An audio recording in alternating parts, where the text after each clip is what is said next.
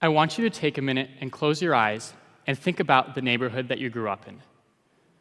Think about your house or apartment, the roads you use to get to work or to school.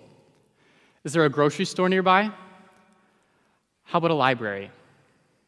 Or a park within walking distance? You can open your eyes. Maybe the neighborhood you pictured looks like this. Or maybe it looked a bit more like this. Or maybe you had a giant freeway running right through your backyard. No matter where you grew up, the environment you lived in was planned. Urban planning has been necessary since the dawn of modern cities. While good urban planning can keep us safe and healthy, bad urban planning can decimate communities and create racial and economic divides. Tonight, I want to talk about a few examples of good and bad urban planning and how urban planning is now being used as a tool to overcome these divides that we have created. Here are two urban centers that you might recognize. On the left is Madrid, and on the right is Manhattan. Both of these cities are characterized by dense urban cores without much interruption except for large green spaces. So you can see Parque Retiro in Madrid on the left and Central Park on the right in the middle of Manhattan. Now let's compare these two cities to some Midwestern cities. Here on the left is Detroit, and on the right is Cincinnati. Now what's the obvious difference between these two cities and the last two? In Detroit and Cincinnati, and many other US cities, large urban freeways cut through their downtown cores, dividing their neighborhoods in half. In 1956, when President Eisenhower signed the Federal Highways Act, cities began using federal money to build freeways through their cities as quickly as they could. Oftentimes, these freeway projects were used for targeted demolitions for what the cities deemed as blighted neighborhoods. These blighted neighborhoods were almost exclusively communities of color. These freeway projects took these communities of color that were already disadvantaged and discriminated against and literally cemented them in it for decades to come. So let's look at a real example. This is Black Bottom, Detroit, one of the most successful black neighborhoods in the Midwest in the first half of the 20th century. Pictured here is Hastings Street, their main drag, and you can see it is lined by thriving shops and businesses. It hardly looks like a blighted neighborhood. However, the city of Detroit determined that the priorities of white suburban commuters were more important than those of the black Detroiters that were living in that neighborhood. So they decided to level the neighborhood in preparation for a freeway. This is what Black Bottom looked like once the freeway was built, and this is what it looks like now. Black Bottom is Interstate 375, one of the least used freeways in the city of Detroit. Many of the 50,000 drivers a day do not know the history of the land that they drive upon. Was all of this destruction for the scantily used freeway worth it? The obvious answer is no. So what are urban planners doing about it? This is a Michigan Department of Transportation rendering of the Interstate 375 corridor future plans. They plan to remove the freeway and replace it with a boulevard and green space. This freeway removal project will help to ease the movement of people from either side of the freeway, increase the land values for the residents who still remain in that area, increase the visibility for the small businesses in that area, and reduce traffic noise. Many other US cities have already carried out freeway removal projects such as this. This is the Central Artery in Boston, and until 1993, the Central Artery carried large amounts of traffic through downtown Boston. Locals called it the Distressway, or the other green monster, after the large wall in the outfield of Fenway Park, because of its notorious traffic congestion. The city needed to fix this problem. What was their solution? To dig a 1.5-mile-long tunnel under the city known as a project called the Big Dig. This is what downtown Boston looks like now. You can see they removed the freeway and replaced it with large urban parks over top of these new tunnels. The freeway removal project again increased land values, decreased noise at surface level, fixed the traffic problems, and reconnected downtown Boston to its waterfront.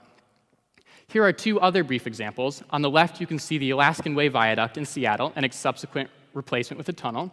And on the right is the removal of the Inner Loop Freeway in Syracuse, New York. Now, there are typically three big concerns that come up when considering freeway removal projects.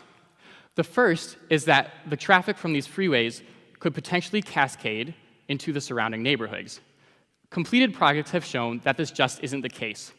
Alternate routes and modes, such as cycling and transit, are sought out, and local ordinances can be put into place to prevent cut-through traffic. A second big concern is that by removing these freeways, the land values in the area could rapidly decrease. While on the surface, this doesn't seem like a major problem, it can cause problems for residents who have lived there for decades and all of a sudden find that they can no longer afford their rent and are forced to move.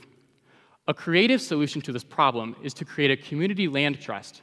The community land trust would allow the minority residents to continue to maintain control of that reclaimed land by allowing them to set sale price limits for the new developments, which would make the development more sustainable.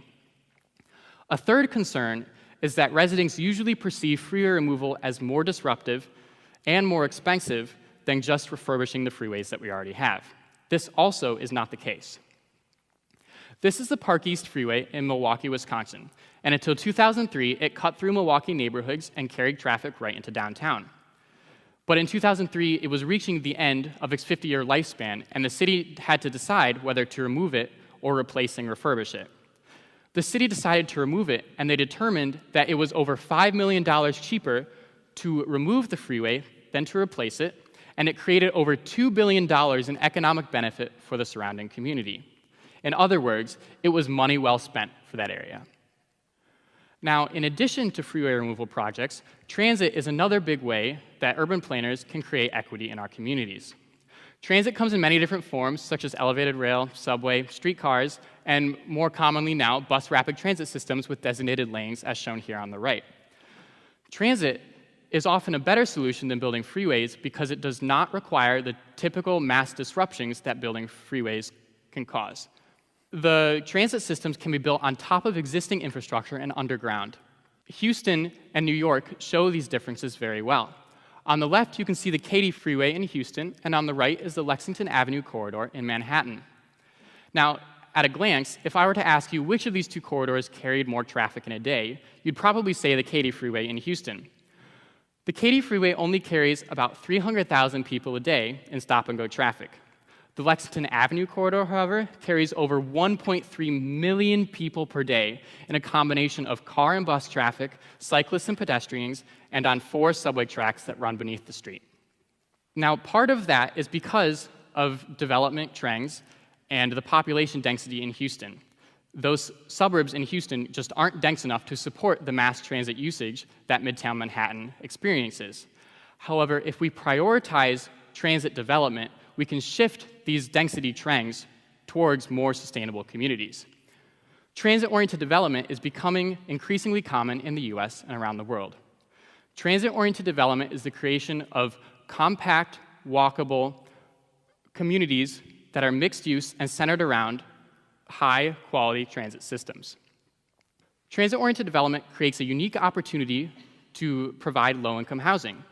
The Bay Area Rapid Transit in San Francisco, known as BART, has partnered with developers to develop land that they already own around their stations.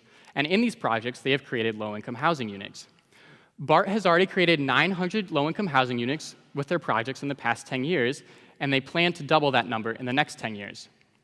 These projects have been creating equity for the Bay Area by not only ensuring that low-income residents have housing available to them, but also by connecting them to high-quality transit systems that allow them to connect to more opportunities around the Bay Area.